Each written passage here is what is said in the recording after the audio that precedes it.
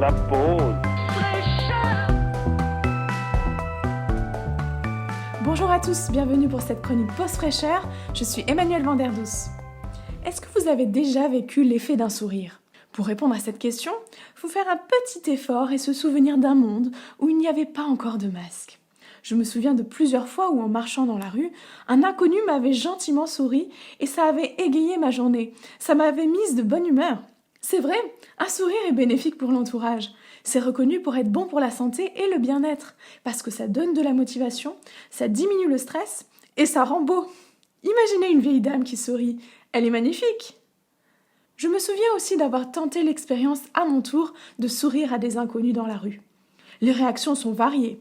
Les gens sont souvent étonnés, ils ne savent pas comment réagir, ils pensent qu'on se connaît, ou bien ils me répondent avec un sourire. C'est risqué de sourire, on peut croire qu'on est en train de draguer ou qu'on est tout simplement naïf, et pourtant, l'effet d'un sourire a de grandes vertus, je trouve. En plus, c'est souvent contagieux.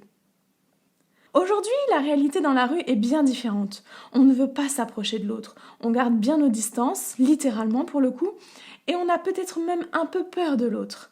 C'est un inconnu après tout, il est peut-être porteur du coronavirus. Et puis on nous dit de limiter nos contacts, c'est pas maintenant que je vais commencer à en créer. Mais ce lien créé par un sourire peut ne pas être physique. Sourire, c'est enlever les mauvaises ondes entre nous, dissiper ce qui nous éloigne, communiquer de la bienveillance et de la joie. C'est un véritable message non verbal qui dit en gros « je te veux du bien ». On se sent reconnu, approuvé, ça fait du bien. Bon, on est quand même bien embêté pour sourire avec les masques en ce moment. C'est vrai, mais on peut apprendre à sourire avec les yeux. C'est plus subtil et difficile à voir, mais c'est quand même visible. Et puis, je pense qu'on peut essayer de trouver d'autres façons de sourire à notre entourage. Ça peut être une parole encourageante, comme « ça va aller »,« courage », on est tous dans le même bateau. Et pour ne pas faire très original, on peut tout simplement se dire bonjour. Ah oui, tiens, c'est ce que les gens se disaient avant. Maintenant, on est chacun dans sa vie, chacun fait son truc, on n'a pas le temps de s'attarder pour dire bonjour. En fait, ces deux petites syllabes ne prennent pas vraiment de temps et ça peut vraiment changer l'atmosphère autour de nous. Sourire autrement, ça peut aussi être une petite prière.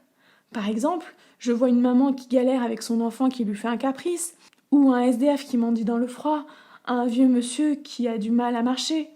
Je peux demander à Dieu de les aider. La Bible dit qu'un soupir peut même être une prière.